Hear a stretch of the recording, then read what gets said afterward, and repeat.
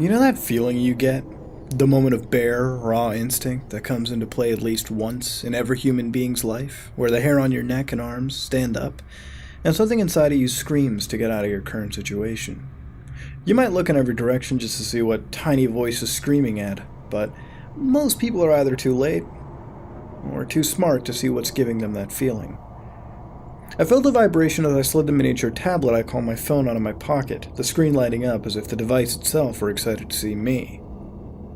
A Facebook user is live near you. Weird, I thought to myself. A little perplexed, I've never seen or heard of this before. Facebook notifies you of proximity, now of live video users? Huh. I tapped and slid the icon until the soft white and blue shades of Facebook greeted me.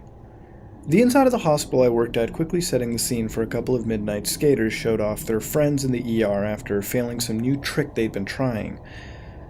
It was easy to find them, of course. 6 months in, and I knew this hospital like the back of my hand, the ER at least. "Hey!" I barked, doing my best imitation of a big boy voice. "Do you have any idea what you're doing right now?"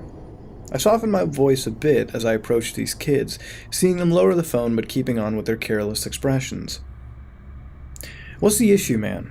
one of them asked in what I can only describe as the most stereotypical skater voice this side of Southern California. In hospitals, we have a little thing called HIPAA. It keeps patients' information confidential, and we like to keep it that way since it basically allows our hospital to stay open. Now, if you don't want me to call the off-duty officer in here and have him confiscate that, I suggest you turn off the camera. I walk away after that, feeling pretty proud of myself for handling that situation in what I thought was a fairly smooth manner. I guess I'd better reward myself with a quick smoke break, I thought. Now, at this hospital, I should be clear. Smoking on property is not allowed under any circumstances whatsoever. And if you're caught, you're let go immediately. Now, at the time, however, I couldn't have possibly given a shit less. I already put in my 2 weeks' notice and was less than a week away from getting out of here and starting my actual career. I took a deep drag, watching the cherry grow more and more fierce as fire filled my lungs, the wispy trails of smoke leaking from my mouth and nose as I felt my phone jingle in the comfort of my pocket once again. Instinctively, I rolled my eyes, holding the thin white stick between my lips as I fished the device out of my 2 deep uniform pockets. Having to hold the giant bastard with both hands, I saw the notification again. A Facebook user is live near you. Those goddamn kids again, I thought to myself as I checked the notification to confirm what I already knew. But what I saw next actually did shock me. Not a ridiculous amount, but just enough for me to raise my eyebrows in surprise. The small block where the video goes was pitch black. I turned the volume up to full blast, figuring I could hear the ambient noise from the ER after coming to the conclusion that someone must have accidentally activated their live feeds. Crickets, leaves rustling. Those were the noises that met my ears instead. Remember what I said before I told you any of this? That feeling every human being gets at least once in their life? Where every hair on their body stands on end and something screams to them to leave wherever they are? I'd like to think I was one of the ones that was too smart to figure out why I had that feeling. I took off instead, running out of the small nature walk behind our hospital and back into the safe-feeling paved road. I hopped into my cart and took off back to the front of the ER, nice, well-lit, and most importantly, safe. Another notification. Guess what? A Facebook user is live near you. Let this thing fuck off already, I thought to myself as I clicked the notification hesitantly. Pitch black again. Wait, what was that in the middle? Whoever started the live feed moved closer to the slight glow, as if to answer the question that only I could possibly have heard. A still, softly smoking cherry on a lit cigarette, the sound of crickets chirping and leaves crunching just before the live feed cuts off. I didn't move from my cart in front of the ER for the rest of the night, and when my boss arrived in the morning, I told him I was finished. I wouldn't be coming in for my shift that night and would have to find someone else to cover for me. Of course, I didn't tell him why. It sounded crazy, even to me, and I was the only one who'd gone through it, to be honest. A month later, and out of the blue, my phone starts vibrating like an epileptic on my nightstand. I slept through the first 2 missed calls before I finally let the blinding light shine into my eyes. Groggily landing my finger on the green answer button, after 3 or 4 pointless taps on miscellaneous glass. Holy shit, dude, holy shit. My old friend, one who I worked security with, gave give or take a month ago. What time was it? I tried to look at the screen, but the phone backlight was just too harsh. Too late for him to be calling me this excited. I thought about giving up and passively pressing the phone to my ear again, briefly managing to croak out a groggy what. So you know that Facebook Live shit, right?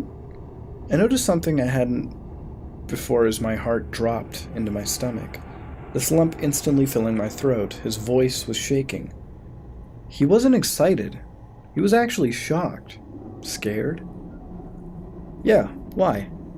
I barely managed to let the words fall out of my mouth as he launched into his story of Facebook Live. Or at least someone else's who couldn't tell it anymore.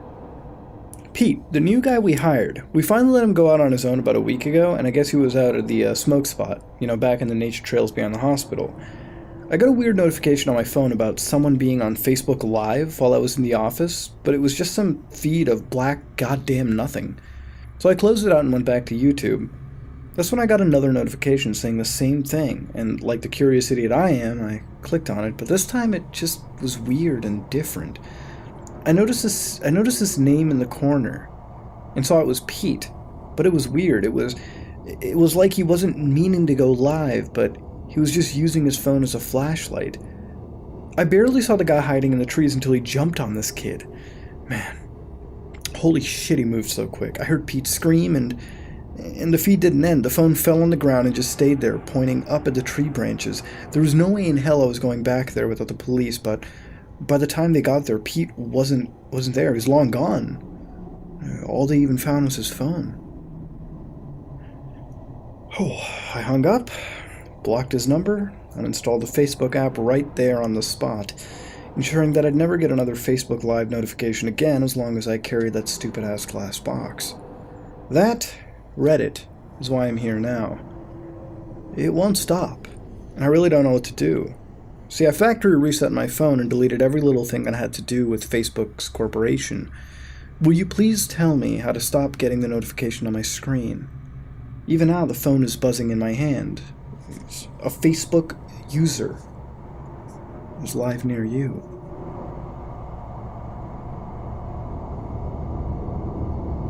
And that, ladies and gentlemen, was not the first Facebook creepypasta that we've ever done. It's weird to say that. This is actually, there's actually been quite a few Facebook or social media creepypastas that we've covered.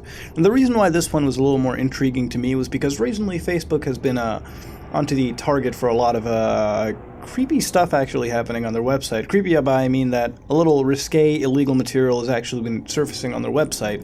If you all don't remember too far back during the election where they had the torture of a special needs individual actually streamed live on Facebook. And I think Facebook didn't immediately shut down that stream and it just kind of rolled on and people were able to watch it.